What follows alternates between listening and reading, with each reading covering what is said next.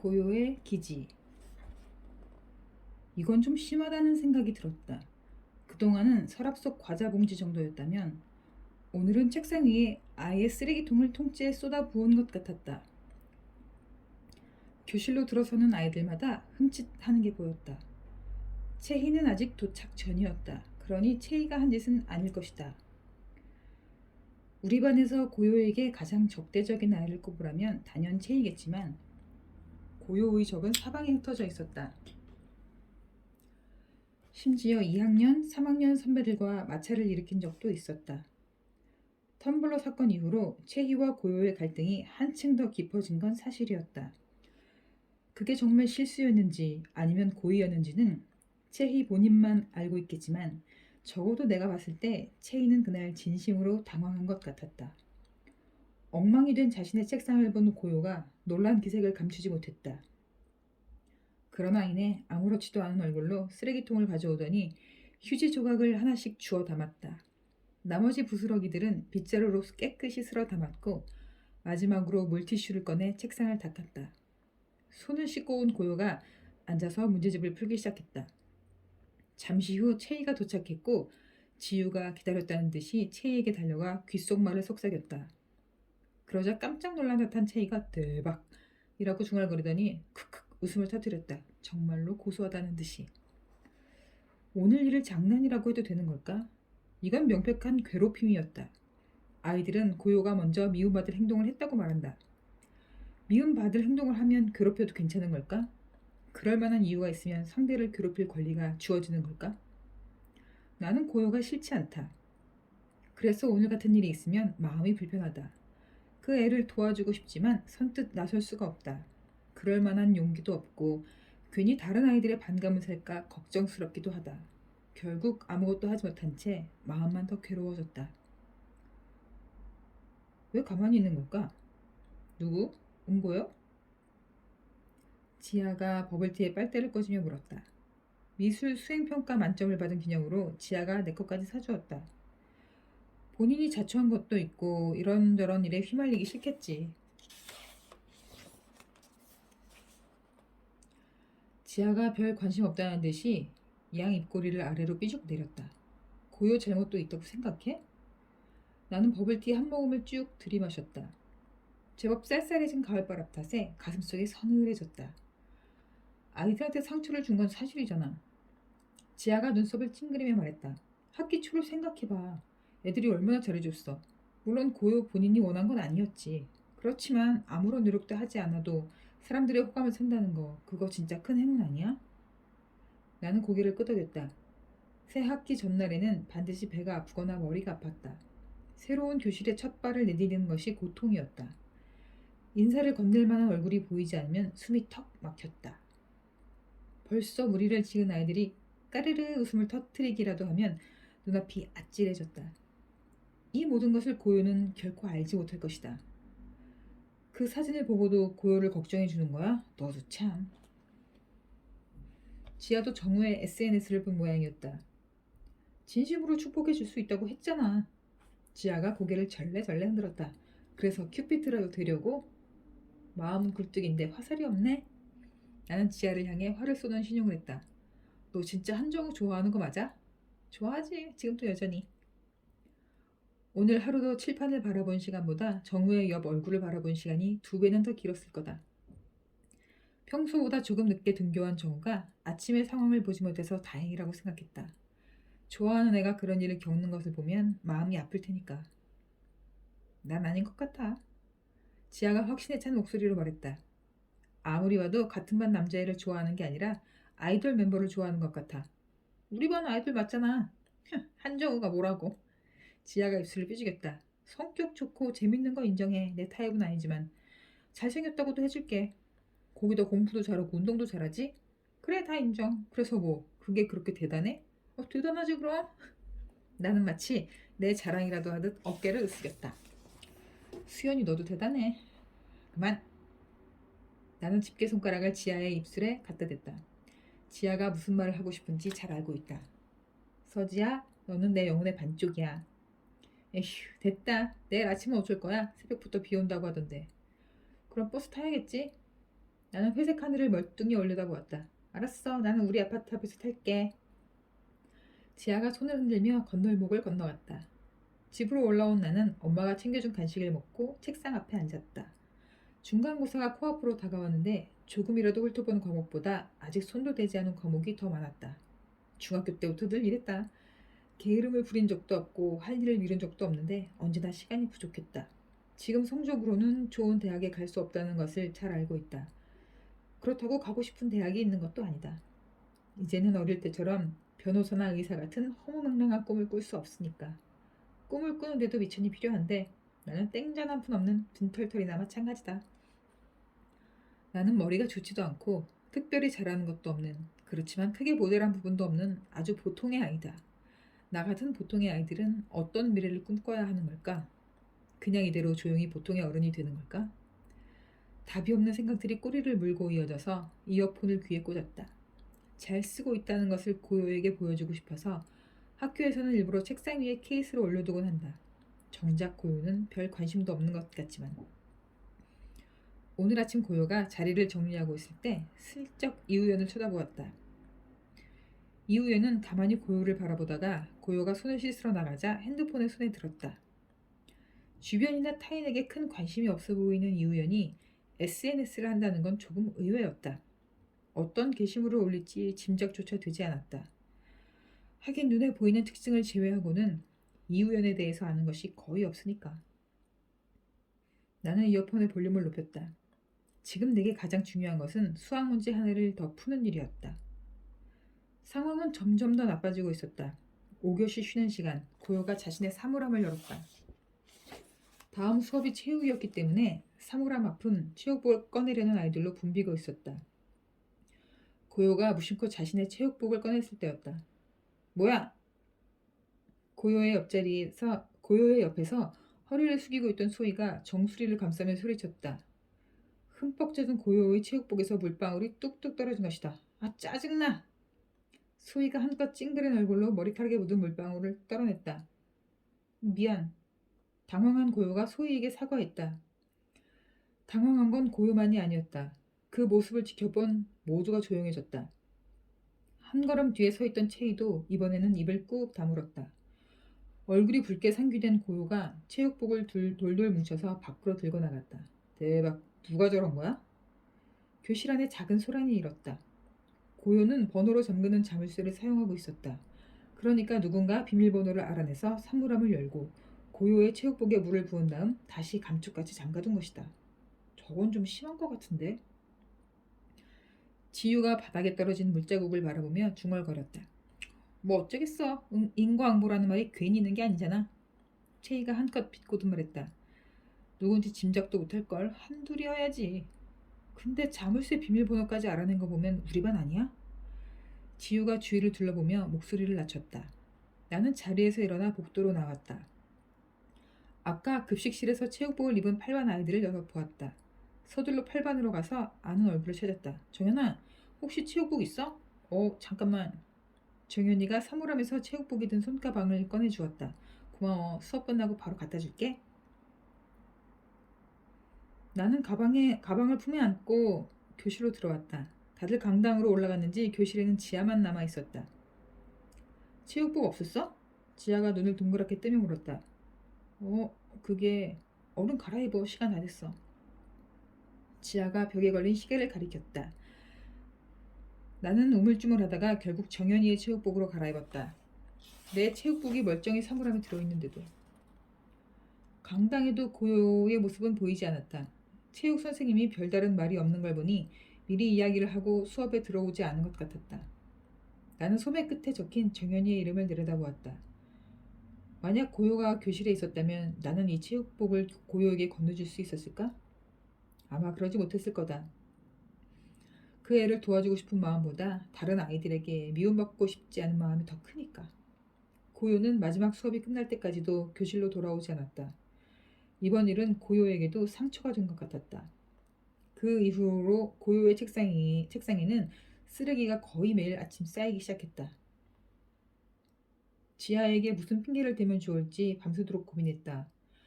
그러다 내린 결론은 무슨 핑계를 대든 결국에 거짓말이라는 거였다. 그래서 평소보다 1시간 일찍 일어났다.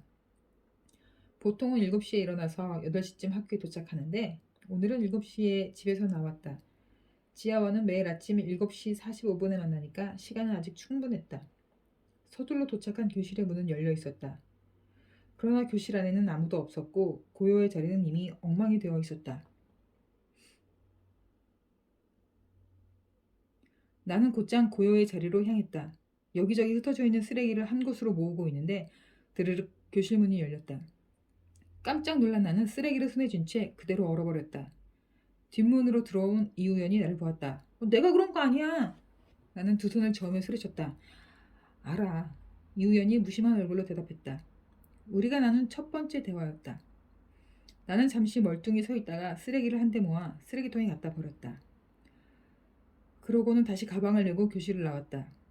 내 뒷모습을 바라보는 이우연의 시선이 느껴졌지만 뒤를 돌아볼 수는 없었다.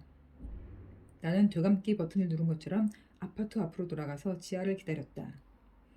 어제 늦게 잤어? 엄청 피곤해 보여. 지아가 내 안색을 살피며 물었다.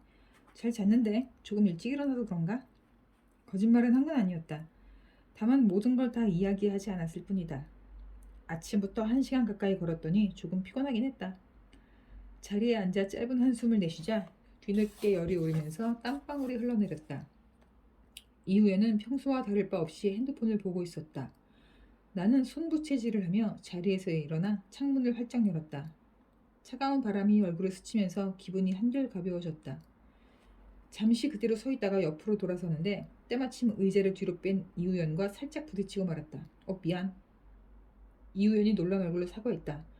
나는 두 손을 저으며 대답했다. 아니야, 괜찮아. 다행이라는 듯이 고개를 돌리던 이우연이 조금 난감해진 얼굴로 내 발밑을 쳐다보았다. 무슨 일인가 싶어 아래를 보니 이우연의 핸드폰이 내 왼발 옆에 떨어져 있었다. 아무래도 선뜻 손을 뻗기가 망설여졌던 모양이다. 여기! 나는 핸드폰을 주워 건넸다. 고마워. 핸드폰을 서랍 속에 넣은 이우연이 교실 밖으로 나갔다. 나는 자리에 앉아 서둘러 인터넷 검색창을 켰다. 일부러 보려고 했던 건 아닌데 이우연의 핸드폰 화면이 너무나도 잘 보였다. 나는 시력이 꽤 좋은 편이지만 기억력은 그렇게 좋은 편이 아니라서 잠깐 본 아이디를 단번에 외울 수는 없었다. 게다가 단어의 형태가 영어가 아닌 것 같아서 더 어려웠다. 일단 기억나는 대로 검색해 보기로 했다. 6개의 알파벳을 입력했을 때 자동 완성 단어가 떠올랐다. 고요의 바다를 뜻하는 라틴어. 나는 다시 검색창에 고요의 바다를 입력했다. 고요의 바다는 달의 수많은 바다들 가운데 하나였다. 바다라는 이름은 달 표면에서 짙은 검은색으로 보이는 지형을 가리키는 것일 뿐 실제 바다와는 아무런 관련도 없었다. 그리고 1969년 7월 20일 달에 도착한 닐 암스트롱이 인류의 첫 발을 내디딘 곳이 바로 고요의 바다라고 했다. 이번에는 SNS 앱으로 들어가서 아이디를 검색했다. 어쩌면 잘못 본 것일 수도 있다고 생각했는데 조금 전에 봤던 밝은 보름달 사진이 떠올랐다. 비공개 계정이라는 문구와 함께. 이 계정의 게시물을 보려면 팔로우 요청을 해야 하고 계정 주인에게 수락을 받아야만 한다. 고요의 바다가 이우연일 수도 있지만 그렇지 않을 수도 있었다. 만약 고요의 바다가 이우연이 아니라고 해도 최소한 이우연이 고요의 바다를 팔로우하고 있다는 뜻이었다. 고요의 바다 팔로우 목록에 이우연의 계정이 있을 것이다. 그렇다면 고요의 바다는 누구의 계정일까? 머릿속이 복잡하게 돌아가기 시작했다. 미술 시간에 달의 뒷면을 그렸던 이우연. 달이 그려진 이어폰 케이스를 선물한 고요. 설마... 나는 고요의 뒷모습을 가만히 바라보았다. 메시지 앱도 사용하지 않는 고요가 SNS를 할 확률은 그리 높아 보이지 않았다. 그러나 둘 사이에는 분명한 차이점이 존재한다.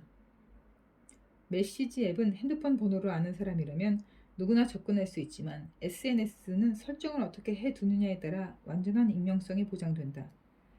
나는 자습 시간 내내 달의 바다와 아폴로 11호에 대한 문서를 읽었다. 미국의 달 탐사 계획이었던 아폴로 프로젝트. 수많은 실패 끝에 드디어 달에 도착한 아폴로 11호. 그 우주선의 선장이었던 닐 암스트롱. 고요의 바다 안착한 달, 고요의 바다에 안착한 달 착륙선 이글과 이글이 착륙했던 위치를 이르는 말인 고요의 기지. 나는 고요의 바다에 팔로우 요청을 하기로 마음먹었다. 내가 이수현이라는 게 드러나지 않는 공간에서라면 두려울 것도 겁이 날 것도 없다. 누구의 눈치도 보지 않고 마음껏 손을 뻗을 수 있다. 설령 거절을 당할지라도 전혀 상처받지 않는다. 다만 고요의 바다가 비공개 계정인 만큼 쉽게 팔로우를 수락해주진 않을 것 같았다. 계정 주인의 호기심을 자극할 수 있는 뭔가가 필요했다. 온종일 궁리했지만 좀처럼 좋은 아이디어가 떠오르지 않았다. 아파트 입구에서 지하와 헤어진 후 천천히 발길을 옮기는데 작은 종달새 한 마리가 내 앞에 내려앉았다. 나와 눈이 마주쳐도 날아가지 않는 종달새가 신기해서 조심스럽게 핸드폰을 꺼내 사진을 찍었다. 찰칵 하는 카메라 작동음과 함께 내 머릿속이 반짝였다. 나는 곧바로 이미지 검색을 통해서 사진 한 장을 저장했다. 달에서 찍은 지구의 모습이었다. 그 사진을 새로 만든 SNS 계정의 프로필로 설정했다. 그런 다음 첫 번째 게시물로 방금 찍은 종달새 사진을 올렸다. 그 밑에는 My First Eagle이라고 적었다. 잠시 숨을 고른 다음 팔로우 요청 버튼을 눌렀다. 주사위는 던져졌다. 이제 내가 할 수 있는 것은 조용히 기다리는 일뿐이었다. 잠잘 준비를 마치고 내 방으로 들어왔을 때였다. 띵동! 핸드폰 알림이 울렸다. 나는 한쪽 눈을 질끈 감은 채 새로운 알림을 확인했다. 팔로우 요청을 수락하셨습니다. 떨리는 마음으로 보름달 사진을 누르자 33개의 게시물이 나타났다. 팔로우는 29명, 팔로우는 11명.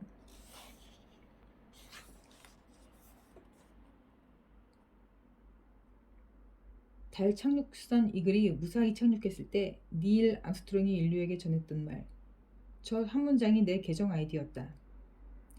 나의 이글이 고요의 기지에 무사히 안착한 것이다.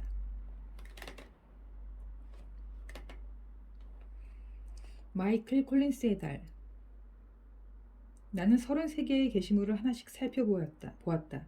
특별히 눈에 띄는 것 없는 소소한 일상에 관한 사진과 글들이었다. 길가에 핀 이름 모를 꽃과 연보랏빛 노을, 만화 캐릭터가 그려진 티셔츠, 그리고 무지개 케이크 한 조각.